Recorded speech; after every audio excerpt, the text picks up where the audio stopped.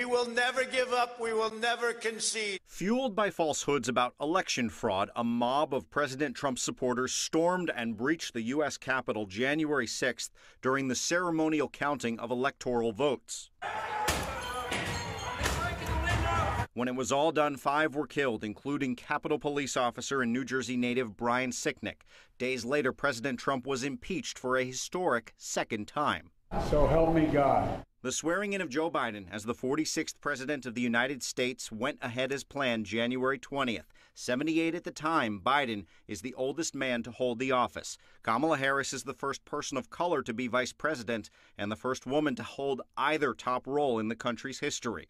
The Biden administration went to work revising Trump policies on climate, immigration, and ramping up COVID-19 vaccine production. We face an attack on our democracy and on truth. A raging virus, growing inequity. But all that was put on the back burner February 9th during the impeachment trial of Trump. He was eventually acquitted, with 57 senators voting to find him guilty. 67 were required. Meanwhile, in New York, it was the beginning of the end for another key national figure. Criticism of Governor Cuomo's handling of nursing homes during the pandemic had sparked several investigations. One of his most outspoken critics, Assemblyman Ron Kim, claimed the governor personally threatened him. On the call, Cuomo threatened to ruin my career. In the weeks that followed, the governor was accused of more bullying behavior and of sexual harassment, at first by former staffers Lindsey Boylan and Charlotte Bennett, prompting this apology in early March.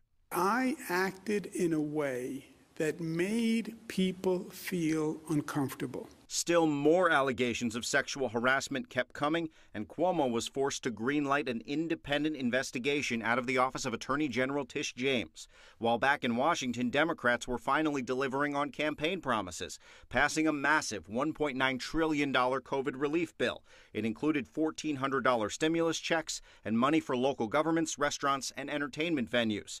The political victory was short-lived, though, because by the end of March, all eyes were on the southern border, watching a surge of immigrants seeking to cross. And in early April, 2,000 miles away in New York City, the Democratic primary for mayor was heating up. It feels great. It feels like New York City is opening up. Fresh off a run for president, entrepreneur Andrew Yang surged to the front of the field, but quickly faded.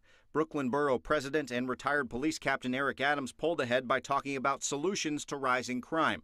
Former Sanitation Commissioner Catherine Garcia also picked up some momentum, and the progressives rallied around former counsel to the mayor Maya Wiley. New Yorkers went to the polls June 22nd using a new ranked choice voting system. New York City said our first choice is Eric Adams. Yeah!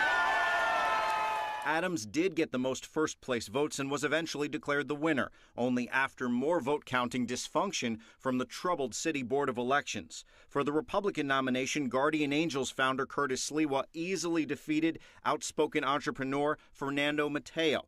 Shortly after the primary, Mayor de Blasio began rolling out policies that would define his final few months in office: vaccine mandates. He began by requiring city healthcare workers and school staff to get the jab before expanding the order to the whole city workforce. De Blasio also implemented a vaccine requirement at entertainment venues and indoor dining. This is about what we need to do to bring back New York City. This is about keeping people safe. By August, Governor Cuomo appeared to be turning the page on his scandals. That is, until Attorney General Tish James announced the results of her office's investigation, accusing Cuomo of sexually harassing 11 women.